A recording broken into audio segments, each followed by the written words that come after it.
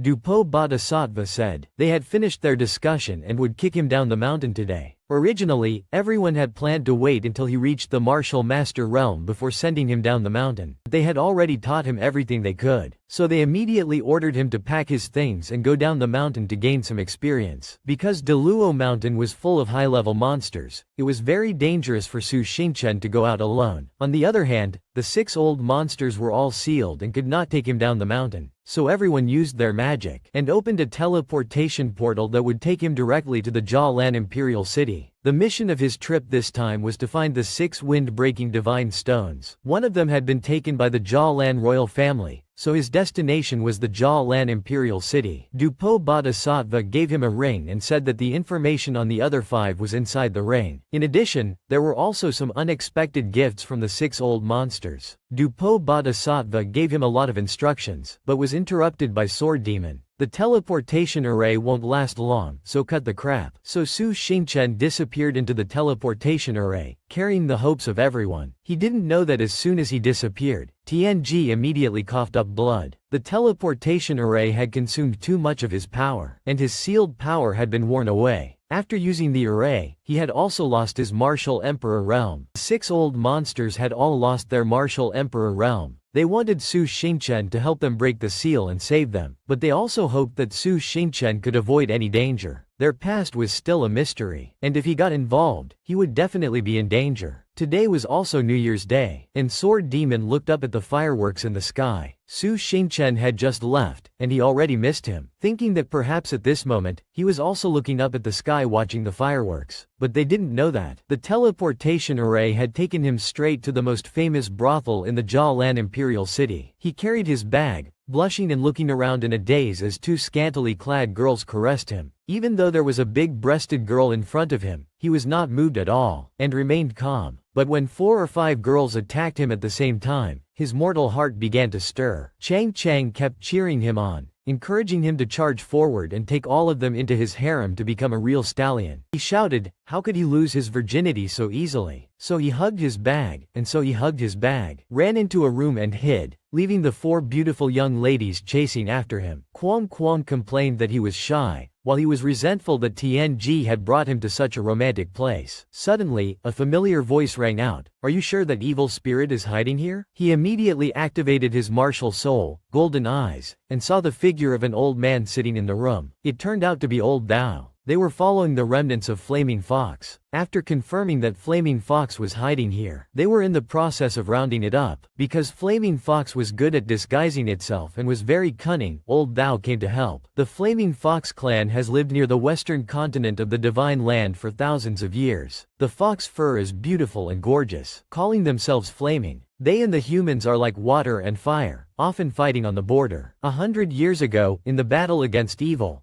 they were surrounded and annihilated by the joint forces of the immortal sects. Now, the Fox clan has been wiped out. But, unexpectedly, one escaped the net. Su Xingchen recalled that once before, Aunt Hong had gotten drunk and revealed her true form, curled up and sleeping on the table. Grandpa Sword Demon said that he had just learned that Aunt Hong was Flaming Fox. Although Su Xingchen had lived with the 6 old monsters for 18 years, he did not know the origin of the old men. They rarely talked about the past with him, so their origins were still a mystery to him. Suddenly, someone entered. It was Yi Shan and Shui Mo Ran. The world was so small, he didn't expect to meet these people again. He hurriedly covered his face with a handkerchief so that they wouldn't see his face. Dao Lao also introduced Mo Ran and Yi Shan to the person opposite. Because there were too many people in the tavern, he called them over to help. At the same time, Dao Lao also used his soul power to seal off the place. Only those with a higher cultivation realm could escape. Suddenly, Dao Lao took out his sword and slashed open the door of the room where Su Xingchen was hiding. It turned out that he had discovered his aura, and very politely invited him to come out. Seeing this, he hurriedly ran away. Dao Lao followed closely behind. He wanted the system to use the shadow clone technique, but the system poured cold water on him. The shadow clone technique had already been used when fighting the Black Flood Dragon, and now he had to wait another 10 years before he could use it again. If his level increased, then the time would be shortened. Su Xingchen cursed in his heart, and could only use the flying immortal technique to quickly escape Dao Lao's pursuit. This was the ultimate endurance technique passed down by Aunt Hong. The soul power seal in the east was quite weak, and he planned to go through there first. Dao Lao seemed to recognize this technique as well, but to him, it was nothing. With one strike, Su Xingchen was sent flying to the roof and fell to the ground, coughing up blood. It was true that one could not be careless when facing a martial king. Fortunately, he had cultivated the divine flame body technique, so a little injury was nothing. Suddenly, his hand touched a tail. He was shocked to realize that he was lying on top of a flame fox. Dao Lao's group also realized this and hurriedly shouted that they wanted to catch it. Dao Lao chased after the flame fox, while Mo Ran went over to deal with Su Xingchen. Su Xingchen ran away. Chang Chang immediately notified him to collect the flame fox blood item to level up. Damn Chang Chang, why didn't you tell me earlier? Sooner or later, I'm going to be killed by you. The task was activated randomly, and the system had no way to do anything about it. He immediately released a smokescreen to confuse Mo Ran's vision, and then jumped into another room. He couldn't fight for the flame fox with the martial kings, and he couldn't reveal his identity either. Su Xingchen decided to use Aunt Hong's shape-shifting pill, which could change his appearance and aura, and mix in with them. As soon as he swallowed it, a sharp pain shot through his chest. He let out a soft groan, and Mo Ran immediately kicked the door open and rushed in. But to her surprise, what met her eyes was a girl with big, round, blue eyes, panting on the ground. Su Xingchen was equally surprised. He had thought that he would turn into an old man, but suddenly he had turned into a flat-chested girl. Mo Ran asked him if he had seen a man in green. He was about to open his mouth to say no, when he suddenly realized that his voice had not changed at all. Mo Ran was about to leave, and Su Xingchen was afraid that his plan would be ruined. In a moment of desperation, he grabbed Mo Ran's hand, pulled her back, and pressed her throat, saying, "Are you senior sister Shui Mo Ran of the Divine Moon Academy?" Mo Ran was surprised. She didn't expect this girl in front of her to know her. Su Xingchen pretended to bury his head in Mo Ran's chest and cried, saying that he was also a student of the Divine Moon Academy. On his way home for the new year, he was caught by a bad guy and locked up here, and his voice was changed by poison. Su Xingchen kept saying that he hated big breasts, but he kept burying his head in her chest and crying, begging Mo Ran to save him. Mo Ran was very angry when she heard this. She didn't expect that someone would dare to sell a student of the Divine Moon Academy. At the same time, she also promised that she would not stand idly by. Just then, the sound of fighting could be heard. Dao Lao had captured the flame fox and wanted to lock it up in the Sinful Valley. Mo Ran took Su Xingchen with her and went out, disappointedly saying that she had not caught the thief. At the same time, she told Dao Lao about Su Xingchen's story. Dao Lao was also very angry and said that he would take Su Xingchen back first, and then report this matter to his superiors to wait for a solution. Wait for a solution. Thus, Su Xingchen successfully infiltrated the enemy's lair, while the flame fox was dragged away with a soul-binding chain around its neck, unable to resist. At night, Mo Ran and Su Xingchen slept in the same room. Mo Ran kindly gave Su Xingchen a set of clothes, saying that Chu Yi Shan would send Su Xingchen back to the Divine Moon Academy first tomorrow morning. while she would escort the Flame Fox back later. The plan took another turn. If he went back to the Divine Moon Academy, everything would be exposed. Su Xingchen pretended to cry again, saying that he was afraid of men, afraid of strangers, and so on, and found an excuse to ask to go with Mo Ran to find an opportunity to save the Flame Fox. Mo Ran had no choice but to agree to take Su Xingchen back to the Divine Moon Academy. Su Xingchen was stunned. I didn't mean it that way. But Mo Ran told him to go to sleep, and Su Xingchen didn't know what to say next. Suddenly, Mo Ran took off her clothes. Su Xingchen blushed and covered his nose with both hands so that he wouldn't see anything. Mo Ran said that there was no spare room, so the two of them would stay together. They were both girls, and it was the same everywhere. Su Xingchen was miserable and couldn't speak. He only looked like a girl, but he still had everything a boy had. After Mo Ran finished bathing, Su Xingchen lay stiffly beside her, tossing and turning, unable to sleep. Suddenly, Mo Ran turned her head, scaring Su Xingchen to death. Su Xingchen asked tentatively, "The Flame Fox looks like a little girl, not like someone who has done something bad." Mo Ran said in a serious tone. A senior sister instructed him not to sympathize with them. The Flame Fox would often pretend to be weak, taking advantage of people's kindness and then turning around to bite them. Countless people had been killed by it. It turned out that 100 years ago, evil demons had invaded the divine continent. They had fought many times between the immortal sects and the evil demons, without any mercy or righteousness. One must not sympathize with it, one must not be soft-hearted towards it, or one would die without a place to be buried. After saying that, Mo Ran gradually became drowsy and urged Su Xingchen to go to sleep quickly, as there was still work to be done tomorrow. After Mo Ran had fallen fast asleep, Su Xingchen extinguished the soul bewitching powder in his hand. With Mo Ran's level of cultivation, this amount of soul bewitching powder was enough to make her sleep soundly for a night. After checking to make sure, Su Xingchen jumped out the window and went to the Sinful Valley to look for the Flame Fox. Outside, only Chu Yi Shan was guarding the place. Su Xingchen only needed a little soul bewitching powder to deal with him neatly. Su Xingchen was wondering why they had only sent one martial artist to guard the place, when he realized that there was a beast urging formation set up inside. This formation would cause the monster to suffer excruciating pain, as if their flesh was being torn apart. At this moment, the Flame Fox was being tortured by the beast urging formation, and the soul binding chain on its hand was also causing it endless pain. Blood dripping from its hand, Su Xingchen took out a small bottle and, while muttering an apology, enthusiastically collected the Flame Fox's blood. Suddenly, it grabbed his hand tightly, its eyes sparkling as it whispered for help. "Sister, please save me. I can't go to the Repentance Valley. Sister, save me. I'll do whatever you want." Her appearance was extremely pitiful, and her words were earnest, but Su Xingchen quickly covered her mouth. He had already collected the demon fox's blood. According to Su Xingchen's way of doing things, it was better to have one less thing than one more thing. He was about to make a break for it when the strong system suddenly played a surprise trick and announced, "Mission to save the Flame Fox completed. Add her to the harem." Strong kept urging him to become the most outstanding Long Aotian in all the versions. Moreover, the Flame Fox's breasts were also small, which fit his requirements very well. Su Xingchen thought that was true. Flat chests were the best, but he quickly regained his senses and hurriedly refused. Even if her breasts were as flat as 2 oranges, he didn't want to accept the mission. Strong was always ready with electricity, and quickly electrocuted him. Su Xingchen could only swallow his tears, saying that he would help people to do good deeds and quickly save the Flame Fox. In his heart, he hated the system for not being able to immediately adjust it to be a farming guide. Meanwhile, the Flame Fox was very worried about her future. In her impression, Su Xingchen was a clumsy and foolish girl. She was sure in her heart that she would probably not live long. To save the Flame Fox, he had to open the beast urging formation, and then Thou Lao would find out. If so, he could only summon the battle puppet to deal with this martial king old man. Immediately, a battle puppet appeared. It only had an upper body with 2 extremely strong arms. The battle puppet was created from the heavenly origin form, and Yan Gui had infused it with his own soul power. It could fight beyond its level, but it also consumed a lot of soul power. With Su Xingchen's current level of cultivation, he could barely control it, so he had to use top-grade soul crystals to enhance it. Su Xingchen endured the pain and offered a soul crystal to enhance the battle puppet, helping it to raise its level to that of a martial king. Su Xingchen quickly chanted an incantation and ordered the battle puppet to destroy the beast urging formation. Immediately, an arm reached out towards the Flame Fox. The soul binding chain was also quickly crushed. Su Xingchen let the flame fox sit in the battle puppet and took her out first. As soon as the soul urging formation was broken, Thao Lao also sensed it and quickly rushed over to stop it. Su Xingchen hid in a corner, controlling the battle puppet to fight Thao Lao. Thao Lao had reached the level of martial king, and it was not difficult for him to deal with the battle puppet. He swung his sword and slashed straight at the flame fox. Su Xingchen hurriedly controlled the battle puppet to flee quickly. Thao Lao saw this and quickly used 4 large iron chains to hold the battle puppet down. At the same time, he quickly used the extreme king technique, and the sword in his hand transformed into an extremely large sword, and the sword in his hand transformed into a giant sword. The powerful soul power carried a dazzling blue light and stabbed straight down at the battle puppet. A loud explosion rang out, and the earth and rocks shook and flew up. When the smoke and dust cleared, the battle puppet was shattered. The flame fox lay dying on the ground. Su Xingchen was shocked and horrified, and hurriedly shouted out. Thao Lao did not expect that there would still be someone to help the flame fox escape, and had also set up a formation. Everyone heard the explosion and came to see what was going on. Thao Lao's attack just now had been too powerful, and the flame fox would probably not survive the night. Thao Lao and the others came to the side of the battle puppet to examine it. The battle puppet was very exquisite, very similar to the work of the genius puppet master from 100 years ago. He was not very clear about it, and wanted to take it back to the Moon Palace to study it. At this moment, the battle puppet sprang up and attacked Thao Lao, knocking him flying hundreds of meters away. Everyone hurriedly rushed up to help. While they were not paying attention, Su Xingchen quickly forced himself to level up. He had already suffered 7 orifices bleeding, and his body could not withstand the consumption of soul power. This amount of strength was enough for the battle puppet to stall for time, and Su Xingchen took the opportunity to save the flame fox first. As she lay dying, the flame fox murmured a few words, seeming to be unwilling to accept such a miserable end. Su Xingchen saw that the flame fox was about to die, and that he did not have any healing pills at the moment. Strong suggested that he form a half-life blood pact with her. When a demon beast has a half-life blood pact, its life will be extremely tenacious. This wound can heal itself. Su Xingchen had no other choice but to give it a try. He also wanted to ask her about Aunt Hong and the flame fox. He drew out a ray of his soul and transformed it into a blue sword that stabbed straight into her chest. The blood pact consumed so much of his energy that he collapsed to the ground. He could only use the last of his soul power. Call the battle puppet back to lead her out. He then lay back on the ground and fainted with peace of mind. In a daze, he saw Mo Ran's face right before his eyes. He did not know that at that time. The battle puppet had fought a battle with the people of the Moon Palace, causing the place to be in chaos. When he woke up, he found himself lying on the bed of the inn. Mo Ran saw that he had woken up and brought him food. Yesterday, he had fainted in the courtyard, and it was Mo Ran who had brought him back. The battle puppet had lost an arm to Thao Lao, and it had also injured Thao Lao quite badly. Everyone needed to return quickly and report the situation to their superiors. Moreover, the annual enrollment convention was just a few days away, and everyone had to go back and help. The enrollment convention was equivalent to the university entrance exam. At that time, all the major academies would gather in one place, and the candidates in the entrance exam could display their talents. Entrance examination could display their talents. Su Xingchen calculated that the Divine Moon Academy had a close relationship with the Jia Lan royal family. Sneaking into the Divine Moon through the enrollment convention was a good idea. But he was also worried. He was afraid that Mo Ran had already found out about the flame fox last night. He didn't know what Mo Ran was thinking at the moment. Was he putting on an act by not exposing him? Mo Ran called him to eat, and he smiled and walked over. It doesn't matter, if he's acting, then he's acting. Anyway, he'll be sneaking away soon. Just as he picked up his spoon to eat, the pain in the middle of his chest suddenly flared up. The medicine was probably about to wear off, and he was about to revert to his original form. Su Xingchen hurriedly lied that he had a fever and wanted to take a nap, then pushed Mo Ran out of the door. Su Xingchen felt his body burning up, and knew that the time had come. So he wanted to smash the window and escape. Just as his body erupted, tearing his clothes to shreds, Mo Ran anxiously pushed the door open and rushed in. Mo Ran rubbed his eyes in astonishment, unable to believe his own eyes. When he opened his eyes again, an image that could blind anyone's eyes appeared before him. Su Xingchen was naked, his huge buttocks exposed out the window. Just like that, Su Xingchen, naked, carrying his hot cargo, ran wildly in broad daylight on the rooftops of the Jialan imperial city. Somewhere, he found a code and followed the blood pact to find the flame fox in the forest to the west. The flame fox, in her days, recalled a memory that had been buried in the dust for a long time. In her dream, she was running through a field of golden autumn grass. Through a field of golden autumn grass, someone was calling her name. Xiao Shi, Xiao Shi. Suddenly, she was lifted up by the neck by another flame fox, who blamed her for running around again. That flame fox said, "The humans are here again. I'll lure them away. You go and hide." After she finished speaking, blood flowed out of her mouth, staining the grass red. Xiao Shi woke up in a fright, not knowing what was real and where she was. Xiao Shi recalled the memory of being trapped in the beast binding formation, and then being rescued by a big sister who used a blood pact. Although that big sister didn't seem very smart, she was kind and gentle. Xiao Shi liked gentle big sisters like that very much, and she would have to repay her kindness in the future. Suddenly, a voice rang out. Su Xingchen had just returned from retrieving the battle puppet. Su Xingchen smiled and asked how Xiao Shi was recovering. Xiao Shi didn't know who this person was, and punched Su Xingchen in the face, sending him flying into the wall of the cave. Xiao Shi then recognized him as the one who had exposed her in the brothel. Su Xingchen hurriedly tried to prove his innocence, but when he couldn't explain, he wasted a shape-shifting pill and transformed into a girl. "If you don't believe me, you can use the blood pack to check." Xiao Shi was stunned and couldn't believe it. Her gentle big sister was actually a pervert who liked to cross-dress. Seeing Xiao Zai's overreaction, Su Xingchen guessed that she liked girls, and was scolded by Xiao Shi. Su Xingchen exploded, scolding her for being ungrateful and regretting saving her. After all, Xiao Shi was just a little girl. When she was scolded, she immediately started to cry. Chang also stood up for her, and told Su Xingchen to go and coax her. Su Xingchen was too familiar with this kind of thing, and immediately turned on his green tea mode, crying and looking even more aggrieved than Xiao Shi. This made Xiao Shi confused, and she hurriedly went up to apologize to Su Xingchen. Su Xingchen immediately wiped away his tears with satisfaction and pretended to be magnanimous. Xiao Shi was stunned, knowing that this man was even more green tea and cunning than she was. He was really not simple. The trivial matter had been resolved, and Su Xingchen seriously discussed his future plans with Xiao Shi. He wanted to enter the Divine Moon Academy, and he needed Xiao Shi to help him through the bloodline, and he needed her strength. In return, he would protect Xiao Zai's safety. Xiao Shi didn't think it was right, and said, "I'm a flame fox. If you keep me by your side, aren't you afraid that I'll bite back?" Su Xingchen's eyes were filled with determination as he said, "Will you do that? Every race has good and evil. I will not blame the flame fox for your crimes." He believed that time would be enough for the two of them to get to know each other. If Xiao Shi didn't want to go, he would find another way. But Xiao Shi interrupted him and said that she would go with him. After all, she had nowhere else to go now. She just wanted him to cross-dress and become her gentle big sister again. Su Xingchen exploded, and complained crazily to the powerful system. He complained that powerful was just a mechanical system, and didn't understand his feelings. But Quang Quang said that it was originally human. It turned out that the Quang Quang system was named Li Hengqiang. The mastermind had found it and made a deal with it. As long as it became a system and cultivated the most outstanding Long Ocean, the mastermind would rebuild its world and return it. Although all its memories had been sealed when it became a system, it knew that there was a very important girl waiting for it, so it had to return to her side at all costs. It had studied crazily and become an advanced and excellent system, and was valued by the mastermind and sent to this world. It was a pity that it had met him, a person with no ambition, who only knew how to farm. Su Xingchen was not to be outdone, and complained that the system was useless. Su Xingchen argued that it was not its fault. Normally, a system would quickly connect to the heavenly Tao when it arrived in a new world, and that was the rule of the world. The system could enhance the protagonist's halo through the intervention of the heavenly Tao, and provide various system items, but it had been here for so long and had not sensed the heavenly Tao at all, as if it had disappeared. A world without rules is a chaotic mess, but this world operates in a very strange order. It had also reported this to the mastermind, but Su Xingchen also needed to complete his mission. Su Xingchen thought to himself, Quang Quang is really unlucky. The world has already collapsed, and it's still being dragged into this kind of thing. It's really not easy for it. He suddenly felt sympathy for Quang Quang and promised to cooperate with it in the future, so that it could go home to its girl sooner. Su Xingchen stood up and made up his mind to return and urged Xiao Shi to pack up and leave. Little did he know that Mo Ran had been standing behind the tree, watching him for a long time. Mo Ran also quickly returned and lied to Wei Shan that the girl Su Xingchen was pretending to be had gone home. It turned out that Mo Ran already knew everything. In order to repay his favor, he helped Su Xingchen hide the truth. A few days later, on the bustling streets of the Jialan imperial city, Su Xingchen was chewing on a candied fruit and pulling Xiao Shi, who was covered in a veil, to visit the sights. It was Su Xingchen's first time in the city, so he was always interested and curious about everything around him. Xiao Shi, on the other hand, felt unsafe, and was even more afraid because there were so many cultivators participating in the grand recruitment meeting. Su Xingchen excitedly pulled off Xiao Zai's veil, and said calmly, "You've already hidden your aura and changed your appearance, so what are you still afraid of? Even if others see you, it doesn't matter. You are my bloodline spirit beast, and no one can do anything to you even if the sky falls. From now on, just live with your head held high." His words were gentle, but they seemed to carry 1,000 pounds of weight, making Xiao Shi feel both ashamed and much more at ease. Just then, they came to the registration desk for the grand recruitment meeting. The requirement for registration was to be at least a martial master and martial soul from the mysterious level. The two of them met the requirements. In front of them was a blue curtain, and the middle of it was even darker. It gave people the feeling of stepping into a very deep, very far, even endless space. This was the teleportation mirror. Cultivators who met the registration requirements would pass through it to reach the hall and wait for the assessment. Su Xingchen quickly filled out the registration form and pulled Xiao Shi into the mirror. There were already many people waiting in the courtyard to take the assessment. In front of everyone, cubes appeared, shimmering with starlight like miniature universes. These were the spatial secrets, which were also everyone's exam questions. Everyone could choose a secret to enter, and most of the secrets were ancient battlefields. The environment was harsh, and there were many demons and ghosts. This was to test the candidate's overall abilities. Just then, a voice rang out, telling everyone to be quiet. A man in a blue robe slowly walked out of the teleportation door, of the teleportation gate. The man's name was Lu Ming, and he was from the Wujian Academy, the leader of everyone. He also announced the basic rules of the exam. No food or pills could be brought into the secret, but everything else was unlimited. Everyone quickly handed over their food, and Su Xingchen secretly felt fortunate that he had already finished eating his candied fruit. The longer one stayed in the secret, the higher their score would be. Staying for 7 days would be considered passing. Any behavior of the candidates was unlimited. Everyone also quickly chose their souls, which would then decide which secret they would go to. If their life was in danger, the soul could save their life and take them out of the exam. Su Xingchen also quickly chose his soul and prepared to enter the secret. Suddenly, a voice sounded from behind him. "I heard that this year's secret is very difficult. Brother Shi is our outstanding talent. If we are assigned to the same secret, I hope Brother Shi can help us more." The one who was called Brother Shi was Shi Juwu, the second young master of the Shi family, one of the 4 great families of Jialan. He had fair skin, just like a young master, and fiery red hair. He was a famous figure in the Jialan imperial city. When he awakened his soul power, he was able to condense it into a real sword. When he awakened his soul power, he was able to condense it into a real sword, called the Light Sword. He was truly talented. Condensing soul power was something that only martial lords could do. Now he was a 4-star martial master, one of the seeded players this year. Beside him was a beautiful girl with blue hair named Bing Xiaoling, who was his cousin. Just as Su Xingchen was sighing about how good the other party was, Kuang Kuang immediately appeared to cheer him on, brainwashing him that he was the best. Su Xingchen was speechless. After learning that the record in the secret was 17 days, he said that he might as well live there forever. Powerful explained that time in the secret was very fast, and 15 days was only half an hour outside, so it would not delay anything. At this moment, the secret was about to open. Xiao Shi was worried that her identity would be exposed. She did not know if the two of them could enter the same secret. In order not to get lost, Su Xingchen decided to grab Xiao Zai's hair, and Xiao Shi grabbed Su Xingchen's belt. At this moment, Lu Ming floated in the air and continued his speech for the assessment. 100 years ago was an era of decline, when evil spirits invaded and all living beings suffered. The cultivation world was on the verge of destruction, but the predecessors persisted in replenishing the spiritual veins and repelling the evil spirits, which led to the peaceful and prosperous scene we see today. This secret retains the background of that era of destruction. I hope that you will inherit the will of your predecessors, and temper your body and mind in the secret. Break through your limits. After saying this, Lu Ming clasped his hands together, and a silver-gold light flashed from between his hands. He chanted an incantation, and the examination hall immediately opened. The candidates, each holding a soul, turned into blue streams of light and entered the secrets. I don't know how much time passed, but when Xiao Shi woke up, she was lying on the ground, her hair still painfully grabbed by Su Xingchen. Her hand was still holding onto Su Xingchen's belt. Even though the two of them had held onto each other tightly, they had still been separated. Xiao Shi was holding her head and cursing when she suddenly heard Bing Xiaoling's voice. This must be the pure water spirit in the Black Earth Demon Marsh. She also felt very strange. It was said that the candidates would be uniformly transferred to a certain place in the secret, and then decide where they wanted to go. But unexpectedly, everyone had been separated. It was very strange. She didn't know if something unusual had happened. She saw that Xiao Shi had woken up and invited her to go together to find food and points. Xiao Shi was scared again. With Shi Juwu here, she didn't know if she would be discovered. Xiao Shi screamed in her heart, "Su Xingchen, where are you?" At this moment, the Su Xingchen that Xiao Shi was thinking of was holding a handful of hair, and his pants had fallen down to his feet because his belt was gone. The wind blew past, and something inside him also shriveled up. He was having a headache trying to figure out where he was when suddenly a monster with a stick raised it and prepared to swing it down. I don't know if he was hit by it, but Xiao Shi, who had a blood contract with Su Xingchen, suddenly developed a bump on her head. Su Xingchen kicked out with his leg, sending the monster headfirst into the ground. It was a shadow demon. This secret was called the Black Earth Demon Marsh. Judging from the terrain, this was probably the Shadow Mist Plain. The fog here was poisonous, but Su Xingchen was immune to it thanks to the system. Su Xingchen could also sense that Xiao Shi was in the secret, but it seemed that the rules of the assessment had changed, so the two of them were not together. Kwong urged him to quickly find some food to ensure his survival time, but suddenly found that Su Xingchen was sitting on the ground trembling. Su Xingchen was holding a handful of soil, his eyes shining brightly. He said excitedly, "This soil is so fertile." Su Xingchen had never seen such fertile land before. It was much better than Da Luo Mountain. If he didn't farm it, he would feel like he was letting it down. Powerful screamed. Its mission was to make Su Xingchen the supreme dragon, so why did its host keep wanting to farm? Besides, if he continued to farm now, the crops would starve to death. Su Xingchen ignored it and excitedly waved his hoe and began to dig the soil. He was a genius farmer, and had already cultivated growth seeds and emergency reclamation materials. With a little bit of soul power to promote it, it would bear fruit in 3 days. With food, let alone 17 days, he could live for a year. On this side, Su Xingchen was excitedly waving his hoe, while on the other side, Xiao Shi and Shi Juwu were digging for mushrooms.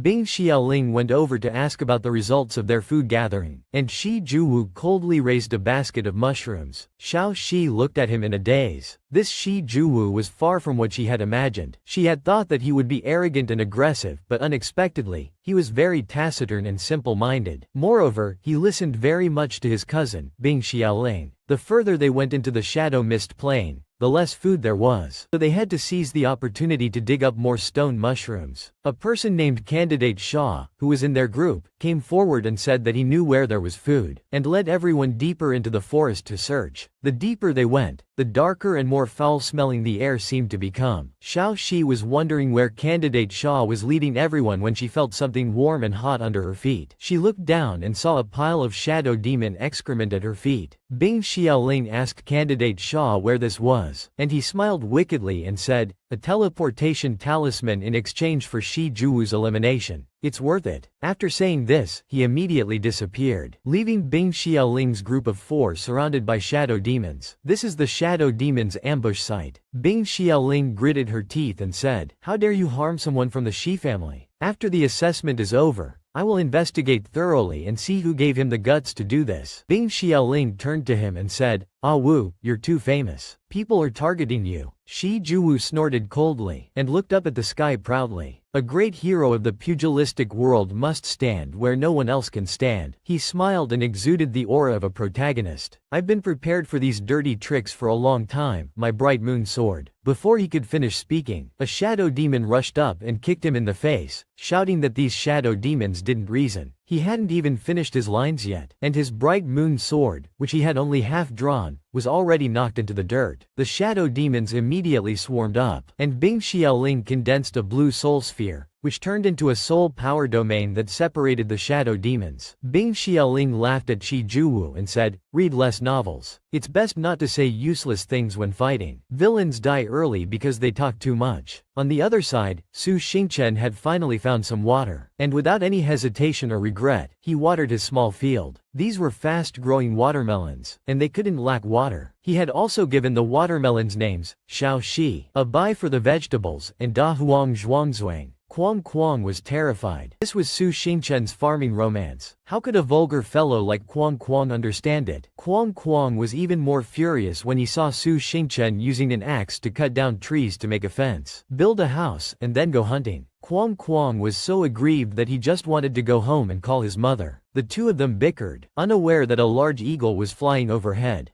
Deep within the secret was the Black Shadow Camp, which was where the shadow demons lived. The eagle flew down and transformed into a shadow demon that knelt before the shadow demon king, who was sitting on a high chair. Shadow Fang reported to it that a total of 57 people had been sent to the Shadow Mist Plain. Most of them were isolated and had been poisoned, and wouldn't be able to hold out for much longer. It hesitated before continuing, but there was one person who was unaffected by the shadow poison and was farming on the border of the secret. The Shadow King slumped and held its forehead. It had thought that the people who came last year to dig for treasure and make a living, and who had set off fireworks, were already unreliable. Unexpectedly, the people this year were even more outrageous, coming into the secret to dig the earth and farm. It immediately ordered the high-level shadow demons to go and eliminate all the unrelated people, and to wait to deal with Shi Juwu. On this side, Shi Juwu and his group were being constantly attacked by the shadow demons. Bing Xiaoling found it very strange. How did these shadow demons know Shi Juwu's name, and why did they keep muttering his name?